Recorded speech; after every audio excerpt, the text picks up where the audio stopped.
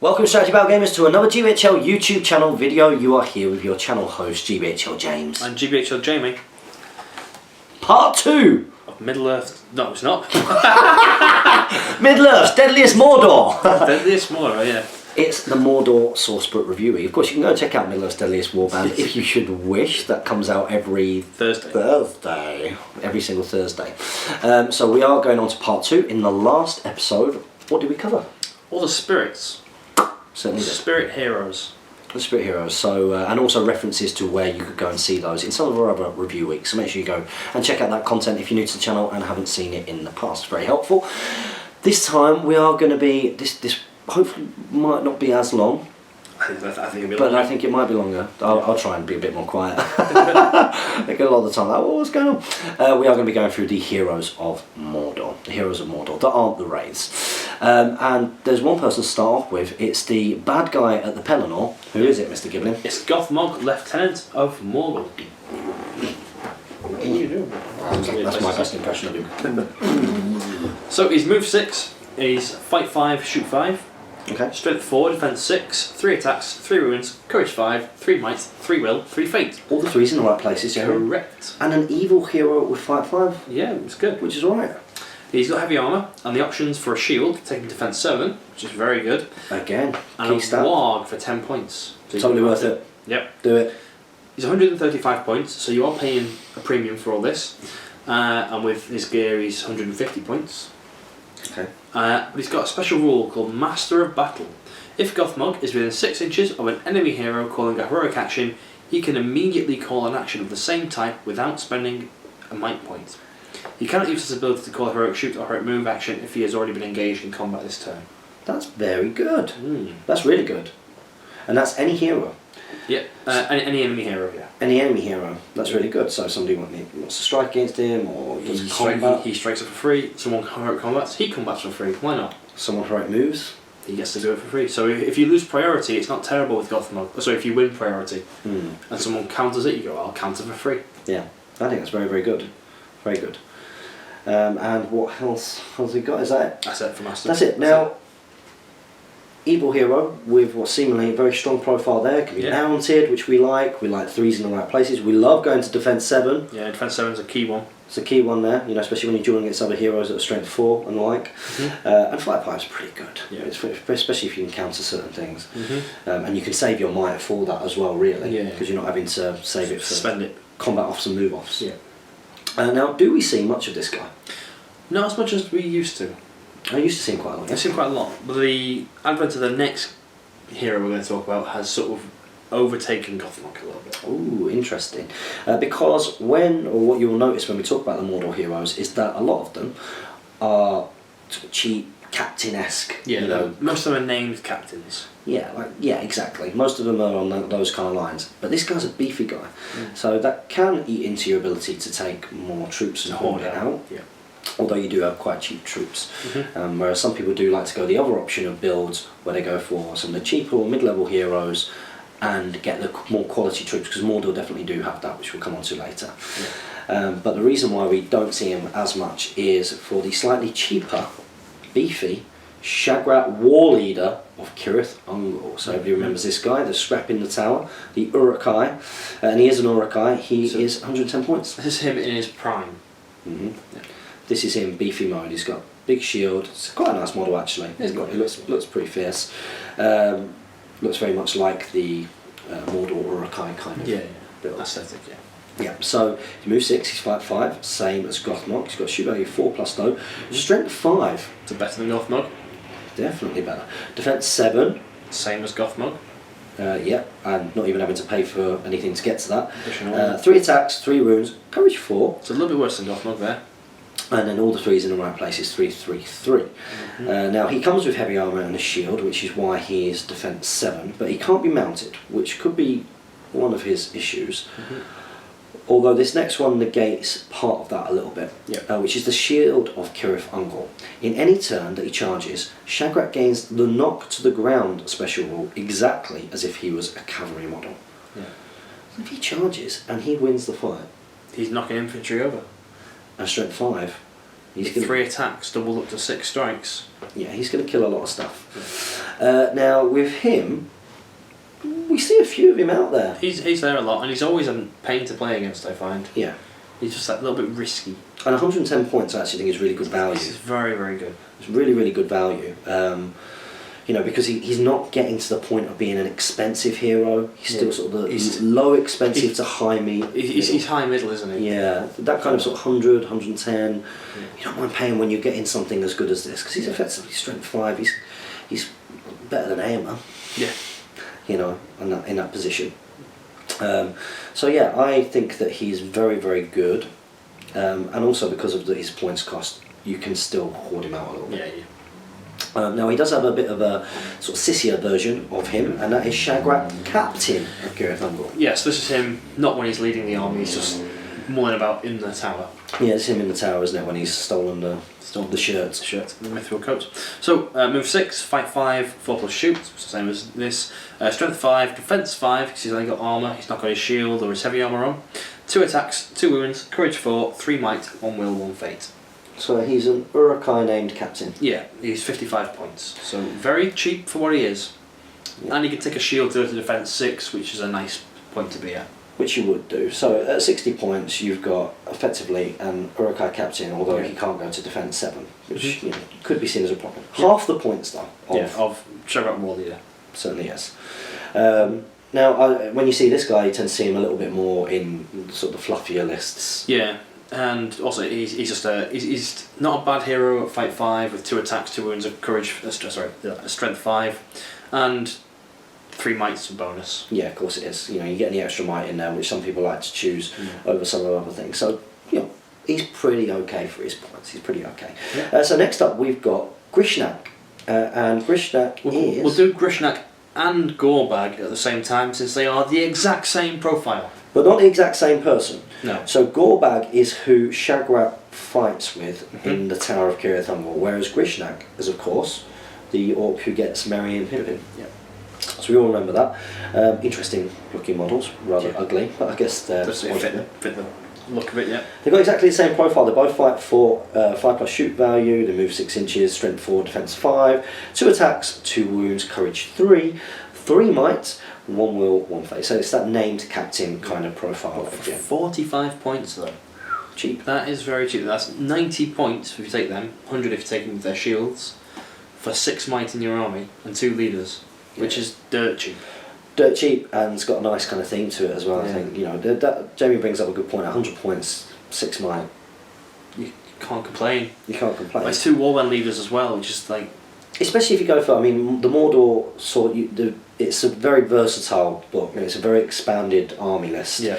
And what that does really allow you to do is sort of build your army around the idea that you've got a load of might to support your troops, and your troops can go and do quite a lot because you're getting loads of heroic move-offs. You're countering heroes with strikes and all other kinds of things. So yeah, very, very, very good.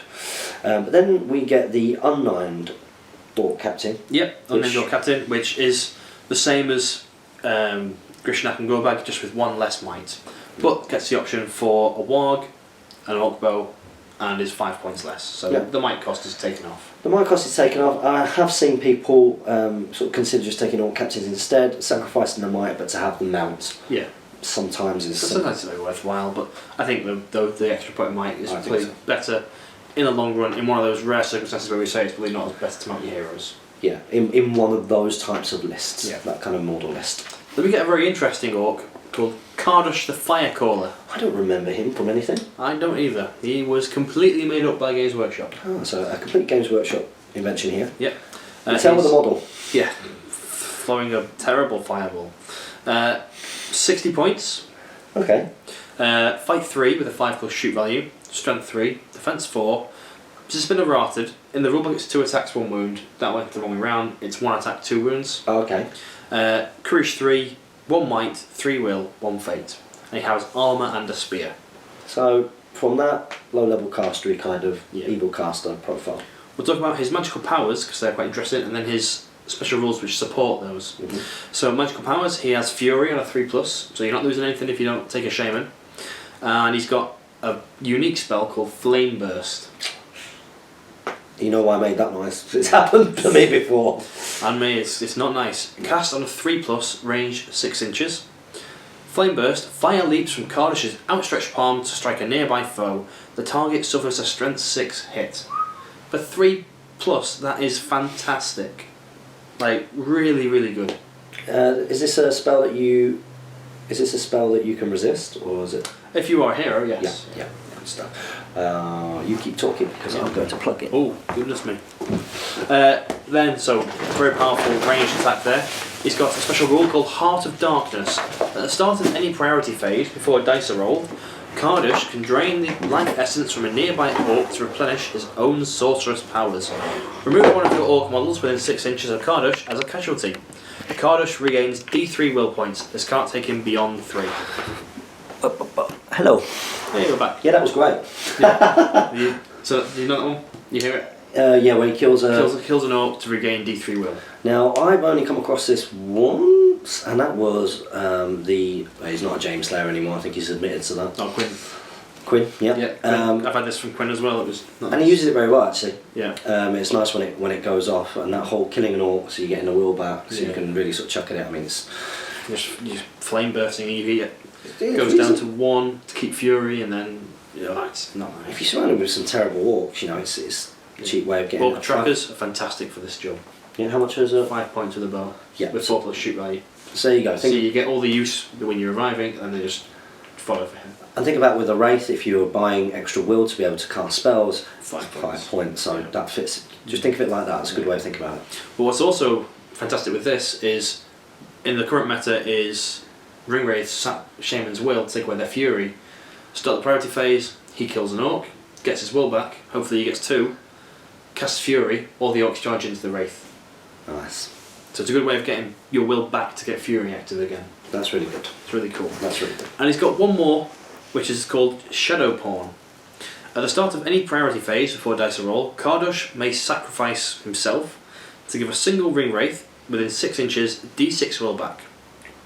This cannot take the Ring Wraith's will beyond its starting value. Ooh. So just think, when you're finally getting the Undying down to, that last few bits of will, he's being replenished by, Kardash during the game anyway, because he's killing orcs to get will to cast, which gets the Undying will back. But the Undying's looking in a spot of bother. Kardash goes, you know what, have D6. Yeah, take one for the team. Yeah. I'm not saying that. That's an interesting one, isn't it? Because you're killing 60 points to potentially give 1 will point back. Yeah. Ooh. It is a last-ditch effort, probably to save your general. And it'd look cool on the battlefield. Yeah. Pretty sure. But yeah, very interesting Games Workshop invention there. And I don't like the model, but I do like some of the ideas behind some of the rules, even if the spell doesn't necessarily feel too Tolkien-y, sort of fire bolts and the like.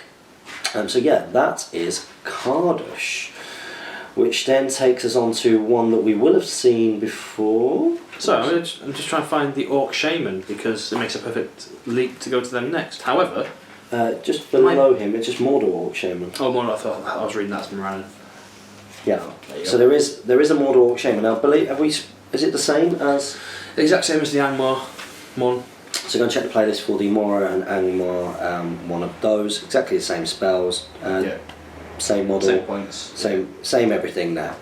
But something that we won't have talked about yet is the Morannon Orc captains. Remember, these are the elite. Yeah, and these captains you do tend to see quite a lot of, and we'll see them why. Mm-hmm. Nice models, and here we go. 45 points. Yep. Cheap. Move 6, fight 4, shoot value of 5+. Strength 5. Good. Defense 6. Basic. And can add a shield for 5 points. Mm-hmm. So can go to defense 7, so that's good straight away. 2 attacks, 2 will, courage 3, 2 might, 1 will, 1 base. So it's that captain profile. They can take a 2-handed weapon for 5 points, but you're more likely to see the shields in this. Shields on them, yeah. Why do we see more of this guy? Because the strength 5 and defense 7 beats the Orc captain for an extra, effectively 5 points. They get the extra defense and the extra strength. Yeah, absolutely, completely and utterly worth it. I don't see, when you look at that, why you would take. Oh no, sorry, that's an Orc captain. Yeah. Compared to an Orc, you're getting extra strength and extra defense for 5 points. Completely, totally worth it. So next up, we have got another escalation of elite, and this should give you an idea of what's going on with the troops that you can take. That was really badly edited, probably. Battery just, memory card was full. Was full. So we've got the Captain of the Blackguard. 60 points. Fight 5. Strength with a 4+ shoot value. It's good for evil. Strength 5. Defense 7. 2 attacks. 2 wounds. Courage 4. 2 might. 1 will. 1 fate. That is very good. That's very good. Essentially, it's a running out captain with an extra courage and an extra fight value. For an extra 15 points basic. Well, 10 points when they've got a shield. Yep. However, they do come with a special rule.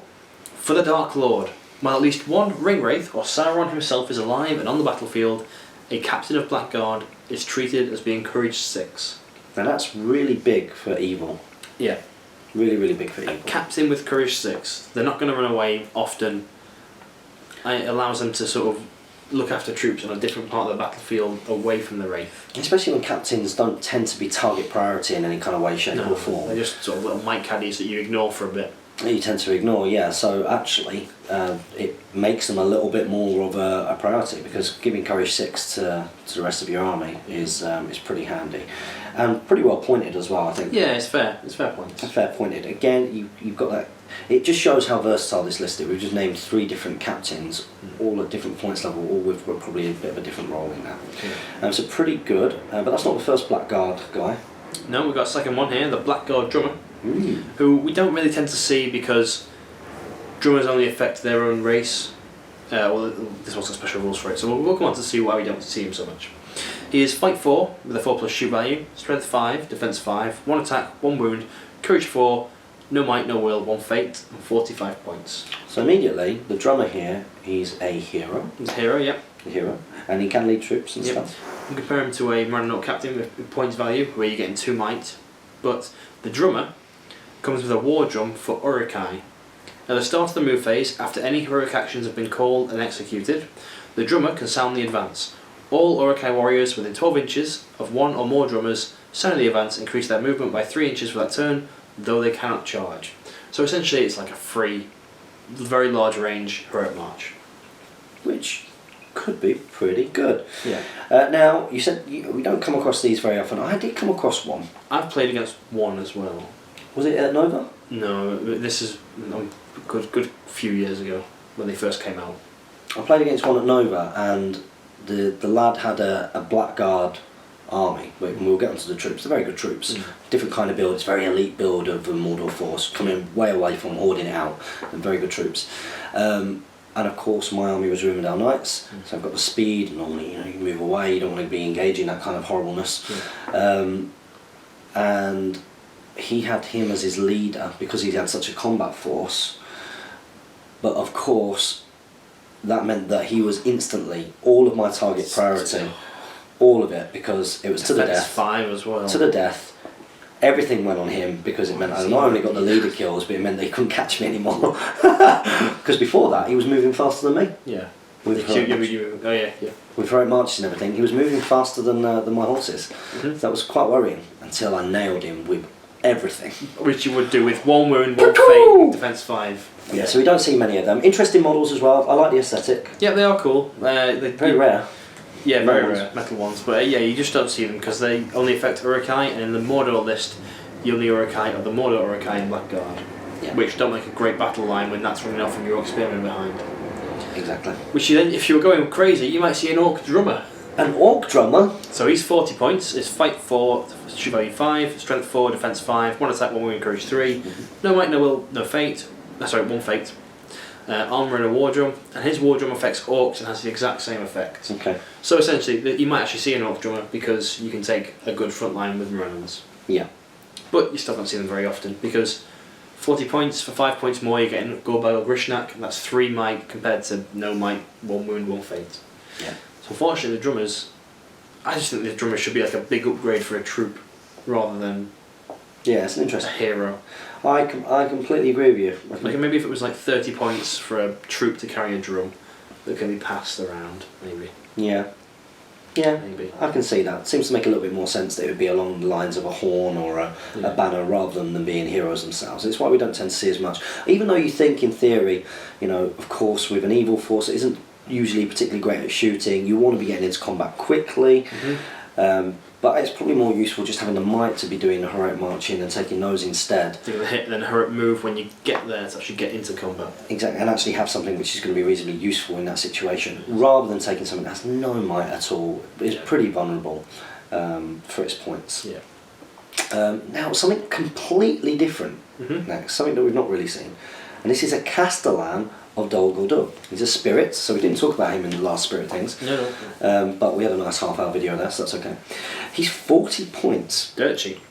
Dirt cheap. Same as an orc drummer. Yeah, same as an orc drummer, but let's see what you get. You didn't say your normal thing about him being a spirit. You can banish him. So he's got movement 6, he's fight 5, again good for evil, and 4+ shoot value. Strength 5, again that's pretty solid. Seen a lot of that in this army. We certainly are. Defense 7, Good. we like that. We like the fact that you can go to that. 2 attacks, he's got 1 wound. Courage 6 though. Good. That's very good. And he's actually got, for his heroic stats, a 0, a 12 will, and a 0 fate. Okay, so that's really interesting. So again, it's sort of going, you look at that immediately and you would think, well, is he some kind of caster? Is he like a little ring wraith or something along those lines? But he isn't at all, is he? No. Comes with heavy armour, that's why he's defense 7. And he's got the option to take a Morgul blade. Now, I think we talked about Morgul blades when we talked about the Witch King. So it's going to allow you to instantly kill something that you wound, saved by fate. Causes terror. And he's got the will of the Necromancer. Castellans use their will in the same manner as fate points. However, a Castellan must give up 1 point of will at the end of the fight phase if he's been in a fight. Note that a Castellan in base contact with an enemy model must fight, they cannot choose not to fight. Once a Castellan suffers 1 wound or has 0 will remaining, it is banished and removed as a casualty, so exactly the same as a ring wraith. Yeah, just wrapped up into one rule with a different name. Certainly is. Now, they're automatons. Automatons. Never heard that word before. Castellans do not grant their standfast rule to nearby warriors. So you can see a bit of a roll coming here. Morgul Blade, 45 points, fight 5 with 2 attacks. At strength 5. At strength 5, what are these guys good for? Hero assassination. They are true assassins of the game. Yeah. Now we don't see loads of them. No, although I have seen a few recently. Yeah, dotted around. People drop and put them in as a 45-point drop. That is a threat on your hero. It's horrible. Threat on your hero and 700 points. We know what might be there. Smoke. But pretty cool. I do like the models. I've got quite a few of these. I think I've got about 9 of them. Which is quite cool. And then we've got some. I actually like using these guys as Black Numenorians as well, because it kind of fit the aesthetic a little bit. They look really nice. Which brings us on nicely to the next hero. Yep. Which is a Black Numenorian Marshal. Ooh, it's a man troop. A man troop, yes. So, fight 5. 60 points to begin with. So, same as the Black Guard captains. So we'll compare them to them. Yep. Fight 5, strength 4, defense 6, 2 attacks, 2 wounds, courage 5, 2 might, 1 will, 1 fate. So the bonus they get over them is that they are always courage 5, but lose their defense and strength. Yeah. But they can purchase a shield to go up to defense 7, which is good. They can buy an armoured horse, 15 points, so you can mount them, and they cause terror. Which is pretty decent, especially when you've probably got a ring wraith backing them up to cover that -1. Yeah, getting that -1. Now, I think you do see a few Numenorian Definitely do see these, yeah. You definitely do see these, and I think because he can be mounted, and he's got the fight 5, defense 7, something actually becomes pretty useful. Pretty decent, yeah. And you tend to see him leading some Morgul knights, which we'll come on to obviously in later videos. He can also have a 2-handed weapon to represent his sword, but you very rarely see that. Now, usually it's shield and armoured horse. The aesthetic of the guy on foot and all of the Black Numenorians is very much Mouth of Sauron. Although what you do get and you would have seen this when we unboxed the Morgul Knights, is that when you unbox the Morgul Knights, you do have an option. They're cool, aren't they? They're very, very cool. You do have the option to have one holding a sword, which makes up the Black Numenorian Marshal. Yeah. And I'm lucky enough to have had mine magnetised and painted by Matt Davies of Generation Shift, friend of the show. Friend of the show. That's now ours. Do what? Who cares who wins? I don't think they watch this. I don't think they do. Then we can definitely steal that without penalty. Friend of the show, Generation Shift. Right. So a decent profile. Yeah, I think so. Very good. Next up, we go on to the Mordor Urukai captain. So like a scaled down Black Guard captain. Yeah.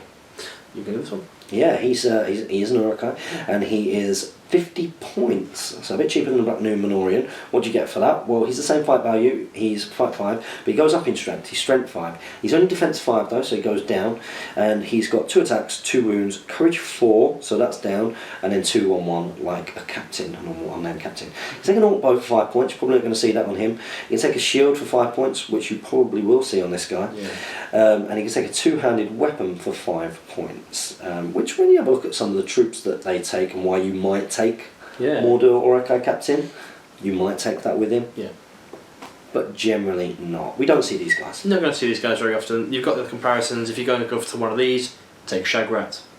If you're going to go for one of them, you probably spend the extra 5 points and go for a Blackguard Captain. Yeah, definitely. Absolutely. Hit defense 7 and still have all the benefits. Now in contrast to that, we've got the next hero, which you do see. You see him a lot, frustratingly. It is the Mordor Orc Taskmaster. Tasked with always rolling a 4+. Yep. Which they do. Which they always do. They always do. It's not like using Al Young. These guys always do. Yep, so they're 60 points, so expensive for but not very expensive. Yeah. Not expensive in the grand scheme of things, but expensive for Mordor. Yeah. They are fight 4, strength 4, defense 5, 2 attacks, 2 wounds, courage 3, 2 might, 1 will, 1 fate. So not fantastic. Not fantastic, no. But still, it's a captain, isn't it? It's the exact same as a captain. The captains are 40 points. So what are you getting for the extra 20? You're getting a throwing weapon, which is range 2 with strength 2. This is their whip. But most importantly, the special rule, Whip of the Masters. Each time the Taskmaster, or an evil hero within 6 inches of him, attempts a heroic action, roll a d6. On the score of a 4+, there is no need to expend a point of might. The heroic action is free. This is so annoying. All of us have been there. If you play the game regularly enough, or you go to tournaments, you will probably come up against the list that has one of these bad boys in it. And they're really good. Like they're really, really good. Unless, of course, you never roll the 4+. Yeah, they do. But they all do. the time. They do. And until the very end of the game, when it might no longer an issue, then they start failing in. Now they can use it. They can use might as well to use it if they wanted it. If they want it to go through, yeah. So if they want to sacrifice one of their own might points, they can essentially keep a might point for someone else, which might be useful. Which is useful. Like if it was the Knight of Umbarkle and heroic combat, you roll 3. It's like, well, the Mordor Orc Taskmaster can pay for this one. Yeah, well, absolutely. It's, absolutely. Very, very, very good, and very good in. And one of the reasons why we see him, although there are different types of Mordor lists that you can take, you can see a role for this guy in most of them. You can see Bellby Baggins. That can't be comfortable. You can see a role for this guy in most lists. In any list, he's got a purpose. Yeah. I don't think he should be able to use it on himself, and that he should come with no might, but like an extra fate point. Yeah, you don't really see him doing the whole kind of. What's it called? Yourself. What's it called? Sadomasochism? Oh, no. That's something well. Yeah, I guess so. A bit of, BDO or whatever. Anyway, let's move on. Let's not talk about gaming night at Jamie Gibbons. Hobby Dungeon lends more to it. Oh yes. Right, and that is it for the infantry style heroes. Which works out very nicely because of where this cut out. I think we're on plus 20 minutes to half an hour again. Cool. Which works out quite well. So 2 weeks of content. This is great. So next up, we are probably going to be coming and looking at the monster heroes, and we'll probably tie in the monster troops as well. There you go, so something to look forward to there, guys. Hope you enjoyed this video. I've got tons of painting done, and you've got something to look forward to next week. More action with James and Jamie. Make sure, guys, that you comment, like, share and subscribe. Support your Hobbit hosts by clicking the links below. It's very important. Please do. Please. It's so important. We want to keep doing this. Make sure that you like the Facebook page and that you follow us on Twitter. Support your Hobbit hobby. And happy strategy battle gaming.